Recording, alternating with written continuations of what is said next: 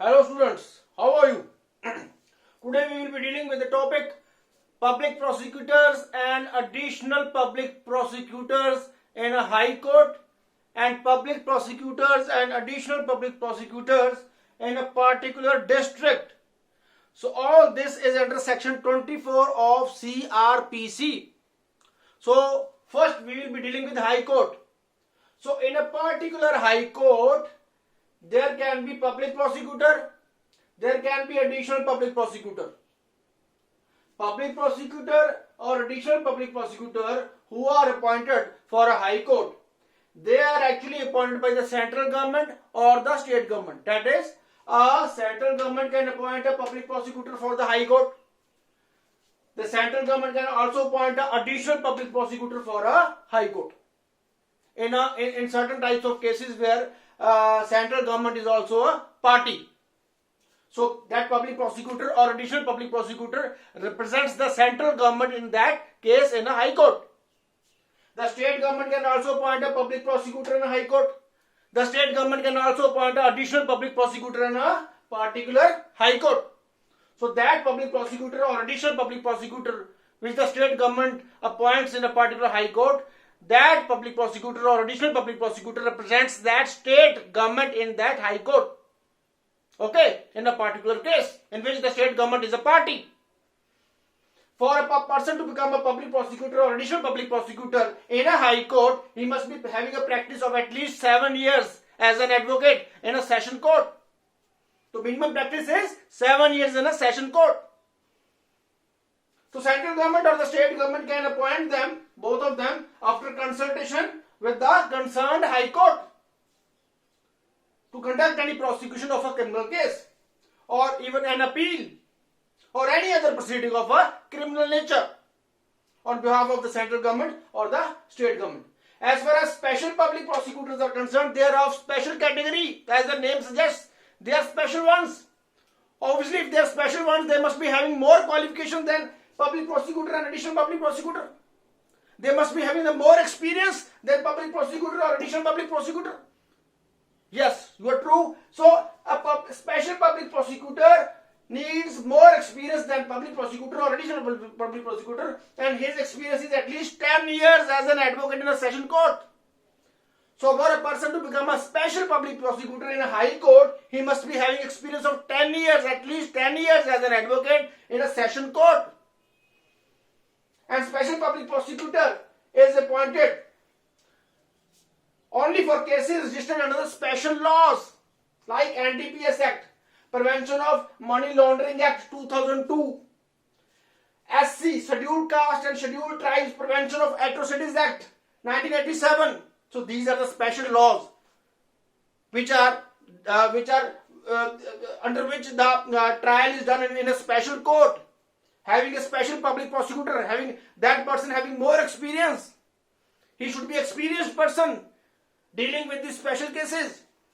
He represents the state in the high court. He represents either the central government in the high court, special public prosecutor, or he represents the state government in a high court for special cases only. These are the serious one cases. Or even in IPC also, there are certain offences like heinous offences. So in IPC also, there are specific offences which need special trial in a special court and having a special public prosecutor. So these special public prosecutors are only appointed for a temporary period. They are not permanent one. These both are permanent one. But he is a temporary person. He is only there for a particular case or group of cases. So special public prosecutor is appointed only for a fixed period and they are paid higher than the regular public prosecutors or additional public prosecutors.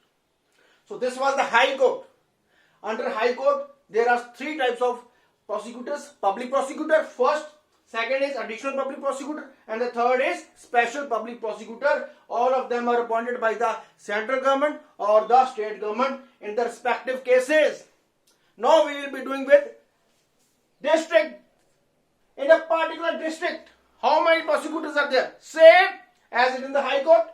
In a particular district of a state, there are 3 types of prosecutors: special public prosecutor, and additional public prosecutor in a district. As far as public prosecutor and additional public prosecutor is concerned, they both are appointed by the state government. Who are the persons who can become public prosecutor or additional public prosecutor? They are those persons who are having at least practice of 7 years as an advocate. At least 7 years experience as an advocate. He must be having experience of litigation in a session court. He must be having an experience of litigation in a session court of at least 7 years. As far as special public prosecutor is concerned, in a district, he must be having experience at least 10 years, same as in the High Court. He must be having experience of 10 years as an advocate in a session court. And for public prosecutor or additional public prosecutor, they must be having at least 7 years experience as an advocate.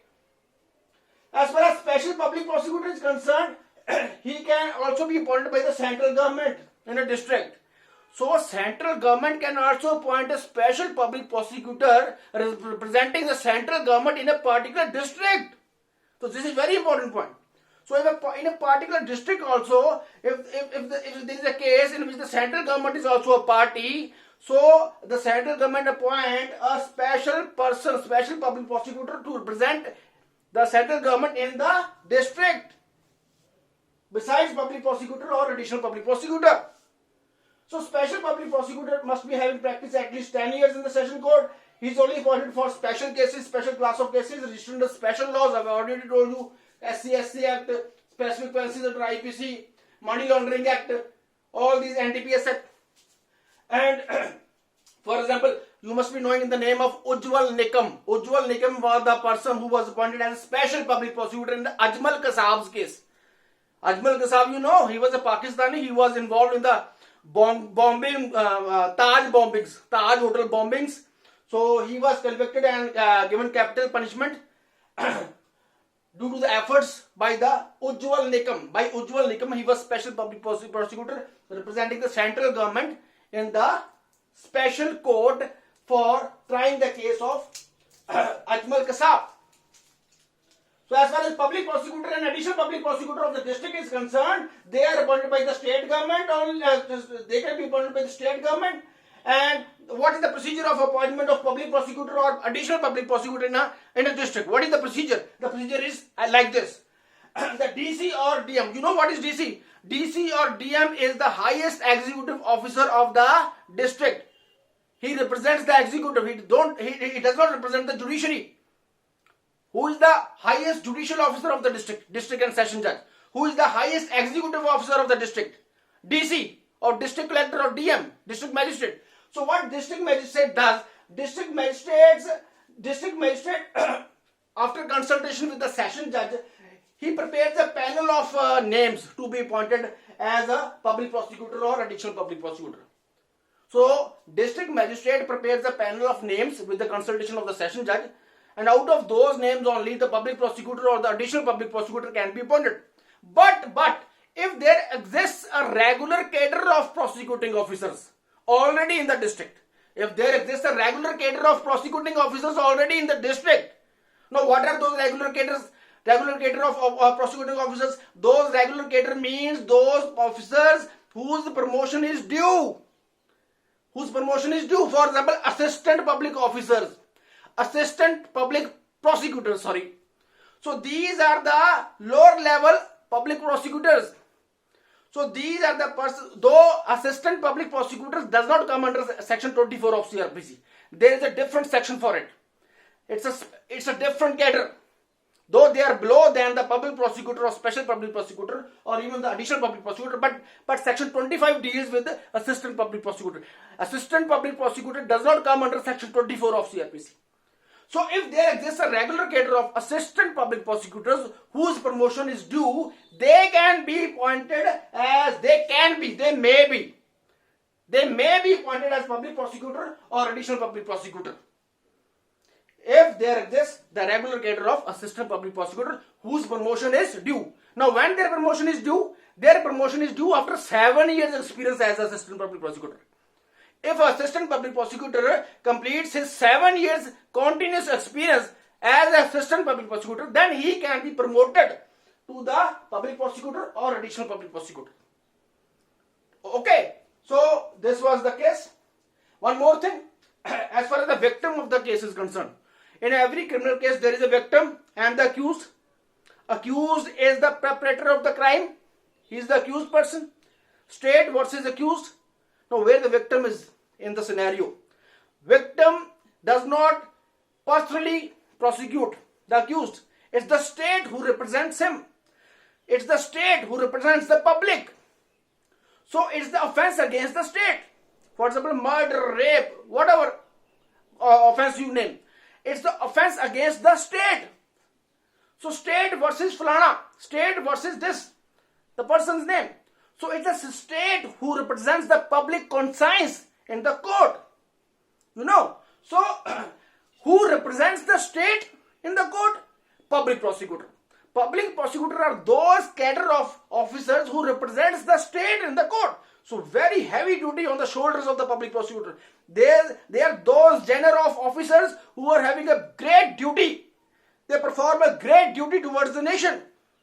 So they do their duty fully and they represent the state in the court, and there is a heavy burden on the shoulders to prove the case against the accused. You know, there is a saying in a criminal law that until and unless the accused is proved guilty beyond reasonable doubt, he cannot be convicted.